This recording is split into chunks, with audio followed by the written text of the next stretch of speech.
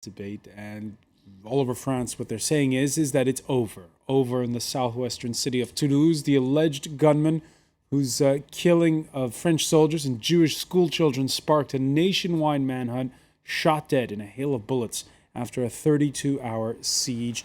Over the next hour, we're going to look at what turned 23-year-old Mohamed Merah from a juvenile delinquent with a long record into an alleged jihadist who twice went to the tribal areas of Afghanistan and Pakistan.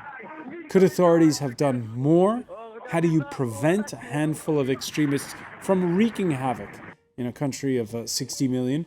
Exactly 1 month from the day France votes in the first round of the presidential election, we're going to see how the Toulouse gunmen succeeded in altering the agenda of the campaign. Today, in the France 24 debate, we look at how France is coming to terms with a homegrown extremist. And with us from Toulouse, where she's been following it all, France 24's Georgia Calvin-Smith. From the UK capital, Brooke Rogers, who studies the psychology of violent radicalization. She joins us from King's College London. And here in the studio, James Cohen, who teaches all about immigration and integration policy at Paris's Sorbonne Nouvelle University. Welcome. And France 24 digital media editor Eric Olander, the France 24 debate, where you can always weigh in on the conversation on Facebook and on Twitter, our handle at François F24. Let's begin in Toulouse. Georgia Calvin-Smith, remind us where you are exactly and really what's the feel now that it's all over? Well, I'm just a little bit outside of the gates of the caserne, which is the barracks of the gendarmerie, which is where yesterday President Nicolas Sarkozy came to meet some of the police officers in charge of the investigation. Now, that's just at the limit of where the perimeter had been set up to keep the general public safe from that operation, to try and talk Mohamed Merah down from the apartment building where he'd hold himself up. Now, obviously, that came to an end this morning in truly dramatic fashion. I've had some people describe it to me as if the sounds were like something out of a Rambo movie. But definitely right now the feeling is a general one of relief that it's over. But the siege itself may be over, but the issues that are rooted in it are far from that. And those issues are what we're going to be looking at squarely in this discussion. Georgia, stay with us because I wanted to hear what the prosecutor has to say. Now, the Interior Minister said Mohamed Merah had stopped talking to negotiators since the previous evening and was even wondering this morning if he was already dead. Then came that mid-morning final assault. Mohamed Merah suddenly came out of the bathroom where he had fled to. He was armed and shot at the policeman with extreme speed, so fast that it seemed more like a burst of automatic gunfire.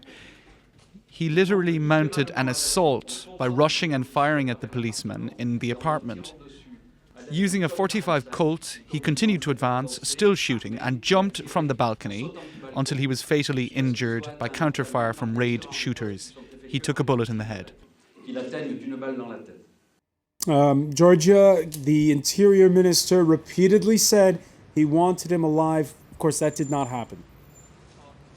Well, it looks like Mohamed Merah was bent on violence, despite, there was a period from 7 o'clock in the morning till 10 o'clock in the evening when it looked like maybe he could be talked down, maybe negotiations could actually end this without any further violence. But for some reason, at some point, he changed his what he wanted out of this. Apparently, the prosecutor said he asked for some time to have a rest.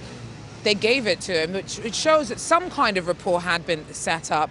And it was off the back of that, after he'd actually said they'd be giving himself up, that he came back and said, actually, I want to go down with my gun in my hand. I want to be a true mujahideen. And this, handing myself in, I can't face prison, that goes against everything I stand for. So it's been very clear that the authorities have really tried to at least be seen to be giving him every fair chance to have ended this without any bloodshed. But in the end, particularly speaking to people around here, they feel that the authorities and SWAT teams' hands were forced. And the fact that the violence, which is really seems to be a feature of the encounters that the authorities and SWAT teams have had with Mera, kind of left them no choice. All right, and Georgia, there were again 2 more policemen who were injured today. A word on their status?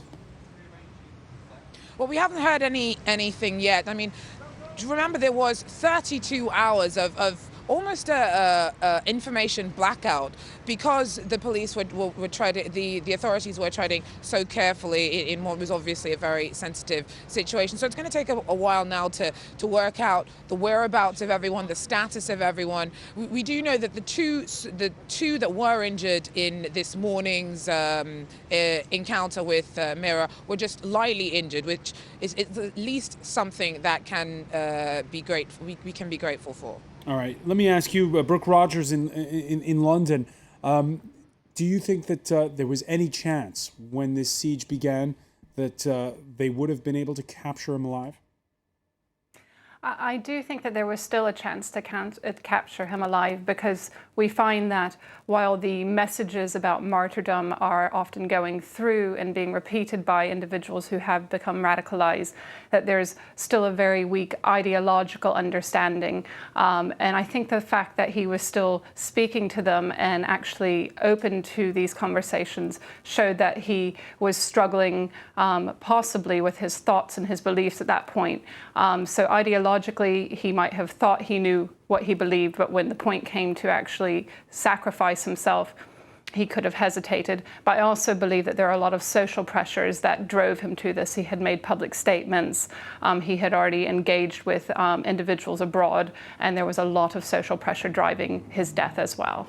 And just to remind people, Brooke Rogers, France, I don't think has ever seen anything like this. He first goes and kills off-duty French soldiers. Then 4 days later, does it again, makes a getaway again on a white scooter.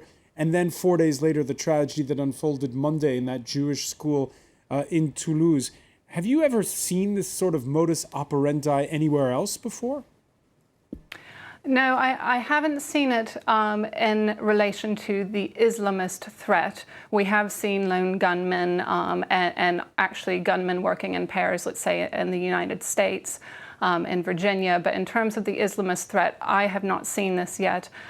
We do know that while there's quite a strong interest and a high level of interest expressed in terms of more complicated mass death style attacks such as CBRN terrorism, so that would be chemical, biological, radiological, or nuclear terrorism, that the skill set needed for such an attack, the skill set needed even for building a standard bomb, often means that it goes wrong. And therefore, we are seeing a move towards simplified attacks, Mumbai-style shootings, and also simplified choices of weaponry because they're more reliable.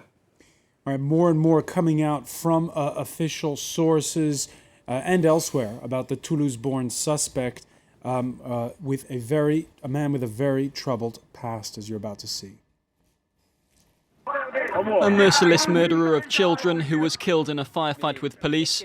Nothing in these images of Mohamed Merah smiling and laughing at the wheel of his car indicated the young Frenchman could go so far. But why did the former common criminal slip through the security forces' net? Born in France to Algerian parents, Merah grew up on a housing estate in Toulouse. He had a record of petty crime, 18 convictions including robbery. He appeared in court just last month for driving without a licence. Refused admission into the French army, Merah left for jihadi training camps in Afghanistan and Pakistan. On his return, those who knew him found him a changed man.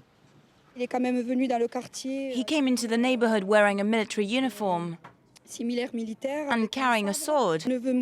He'd taken my nephew into his car and had shown him videos of all the horrible things that go on in Afghanistan. His lawyer warned him of the potential consequences of any further criminal activity.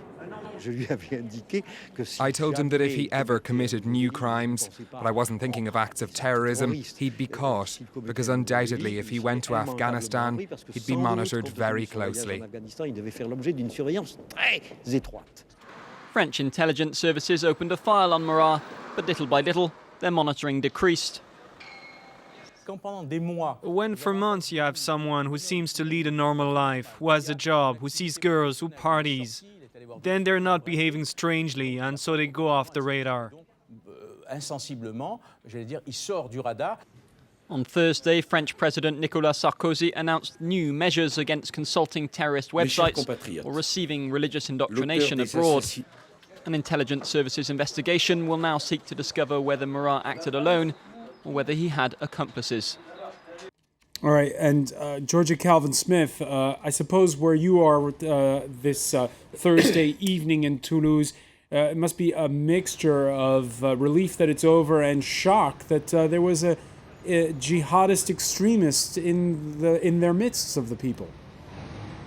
Yeah, François, I mean, some of the people I've spoken to said that what's happened is that their trust in something, they actually found it very, well, this one gentleman found it very difficult to put into words. He said, my trust in, I don't know what it is, has been broken. I feel like I don't recognize my own neighborhood. Now, there were a couple of people I've spoken to who said over the last couple of days, since Tuesday, since the siege began, or some of them even before, once they realized that Toulouse was at the center of a manhunt and murder, that they stayed home because they suddenly felt afraid of going out onto the streets. Others were more philosophical about it, saying, they felt that there was some distance between, the stories that they saw in the media and the city that they've lived in all their lives. But this particular gentleman who was walking along with his daughter said that he feels like his trust in something